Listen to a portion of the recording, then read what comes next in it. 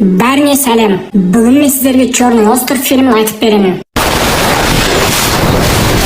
Йонас есімді жас жігіт ата-анасымен бірге ит тістеген әжесінің жерлеу рәсіміне қатысады. 4 айдан кейін Йонастың ата-анасы көлікке мініп, әкесінің атасы Фредерикпен қарым-қатынасы туралы сөйлеседі. Кенеттен қарсы беттен көлік шығып, әкесі соқтығысудан аулақ болу үшін ағашқа соғып арыққа құлайды.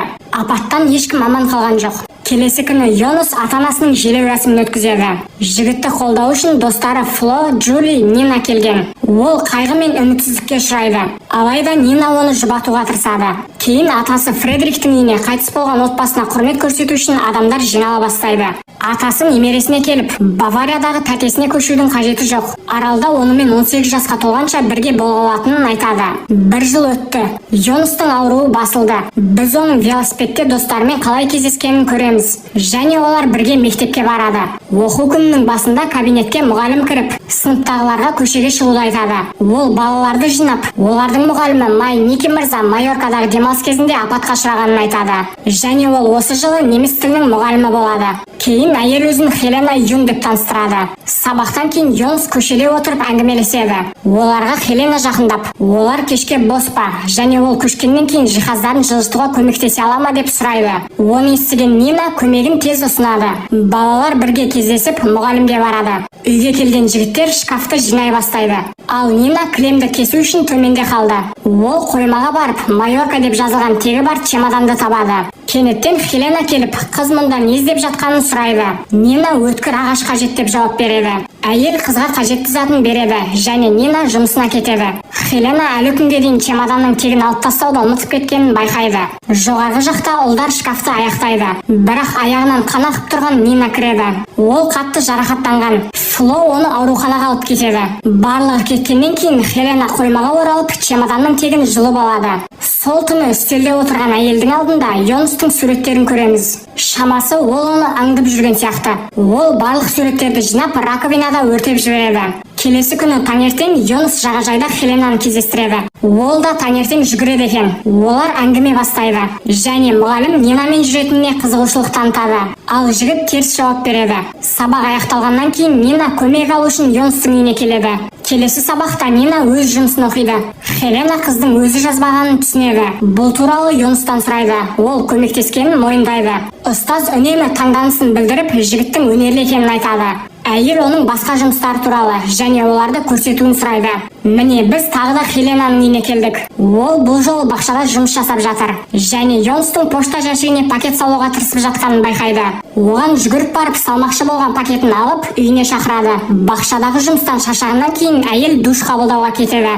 Ал жігіт оны есіктен бақылайды. Бірнеше сағаттан кейін Хелена Йонастың соңғы жұмысын аяқтады. Йонас Хеленаның көзіне жас алғанын байқайды. Жігіт әйелдің жүзіндегі жасты сүртіп жатқанда олар сүйіседі. Мұның арты басқа нәрсеге ұласады. Келесі күні таңертең Йонас мектепке бара жатқан жолда Хеленамен кездеседі. Мұғалім оған болған оқиғаның қателік екенін айтады. Олар жолда ақырын Нинаның жанынан өтеді. Нина көргеніне таң қалады. Сабақ барысында Джули мен Нина мұғалімнің оғаш әрекетін байқайды. Сабақ аяқталғаннан кейін қыз өлеңді өзі жазбағанын мойындайды. Сыртқа шығып ол бұл туралы Йонасқа айтады. Келесі көріністе Нина жігітке ата-анасының үйін жинауға көмектеседі. Йонас олардың жоқтығын есіне алып жылайды. Оны Нина құшақтай бастайды және олар сүйіседі. Қыз оны ата-анасы сияқты жоғалтпайтынына сендіреді. Bir күннен кейін мектепте кішігірім семинар өткізіледі. Онда ата Фред сөз сөйлеп тұрып, Хеленаның шашы қысқарып алыста тұрғанын байқайды. Ер адам елес көргендей болып жерге құлайды. Немересі оған көмектесу үшін орнынан ұшып тұрады. Нина Йонасқа атасы талмай тұрып Хеленаны көргенін айтады. Жігіт шатасып тұрсың деп сенбейді. Қыз ренжіген күйі үйден шығып кетеді. Сол түні Йонас Хеленаның қасында оянады. Ол оны сүйіп аймаласа жөнеледі. Таңертең әйел үнсіз үйден шығады. Бірақ Нина оны байқап, ашуланып, есік алдына жігітке таңғасын қалдырып кетеді. Бірнеше сағаттан кейін Нина мен Джули жағажайда жүгіріп келеді. Олар досына бүгін таңертең және семинарда болған оқиғаны айтып береді. Содан кейін Джули оған әкесінің Хеленаға ұқсайтынын және шаштары бірдей мұғалімі бар екенін айтады. Таңертең Йонс мектепке баруға дайындалуда, бірақ атасы одан бармауын өтінеді.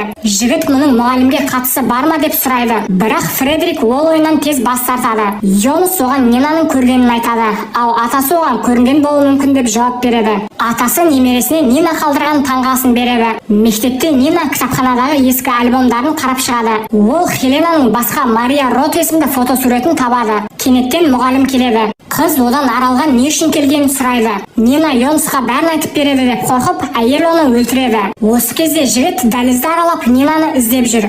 Хелена оны жолдан шатастырып, мәйітті жасыру үшін кітапханаға оралады. Әйел арқанмен қызды орап, кейін оны көлігінің жүксалғышына салады. Жолда ол қыздың велосипедін ұмытып кеткенін түсініп, жағажайға оралады. Йонс достарын кездестіреді. Ол олардан Нина туралы сұрайды. Жігіттер оған қыздың бүгін таңертең мектепте болғанын айтады. Осы уақытта Хелена жағажайдың арғы жағында Нинаның денесін тастап жатыр. Кейінірек біз қыздың ұнтақты майдалап жатқанын көреміз. Және кенеттен Йонстан хабарлама алады. Онда ол оған мүмкіндігінше тезірек кездескісі келетінін айтады. Кездесуде жігіт құрбысын жоғалтып, алаңдағанын хабарлайды. Хелена қыздың таңертеңгі көргенінен қызғанып жатқандығына сендіреді.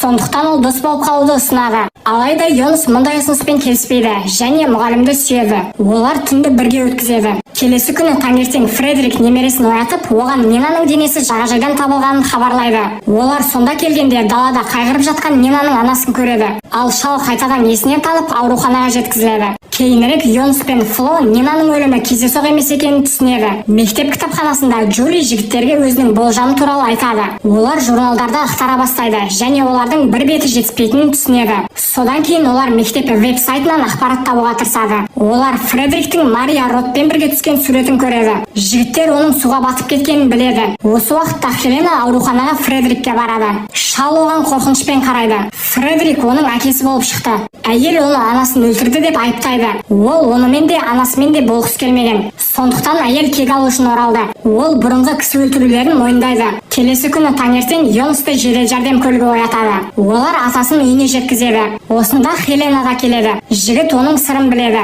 Оған сенімсіздікпен қарап, оның мұнда не істеп жүргенін сұрайды. Содан кейін ол оның анасының есіміне қызығушылық танытады. Бірақ олардың әңгімесін Флоның қоңырауы үзеді. Әйел оған жауап беруін сұрайды және бәрін кейінірек айтатынына сендіреді. Хелена үйге кіріп кофе қайнатады. Йонстың шынайығына ұнтақты құяды. Фредерик мүлдем дәрменсіз. Әйел оны терезеге әкеліп, не болып жатқанын қарауға мәжбүр етеді. Ол Йонсқа кофе беріп, өзінің анасының Йонстың атасымен қарым-қатынаста болғанын айтады. Не істесе де Хелена оның тәтесі. Жігіт ұнтақтың әсерін сезіне бастайды және есін ақырын жоғалта бастайды. Алжыған әйел оны суға батыруға тырысады. Ал Йонс соңғы күшімен Хеленаны тормен ұрып үйге қарай жүгіреді. Фредерик еденде жатып, Марияның оған қалдырған хатын ұстап тұрды. Хелена күтпеген жерден үйге басып кіріп, жігітті тұншықтырады. Демін шығара алмай, ол шыны кесесінен ұстап тұрып, жүрегіне сұғып алады. Бірнеше күннен кейін Йонс кемеде жүзіп келе жатып, кенеттен Хеленаға ұқсас сары плащ киген қызды байқайды. Ол бейтаныс қыздың соңынан ереді. Бірақ бұл жай ғана басқа қыз екені белгілі болды. Енді Йонс өмірінің жаңа тарауын бастай алатынын біледі. Арнаға жазылып, қоңыраушаны басуды ұмытпаңыз. Сонда сіз жаңа видеоларды бірінші болып тамашалай аласыз.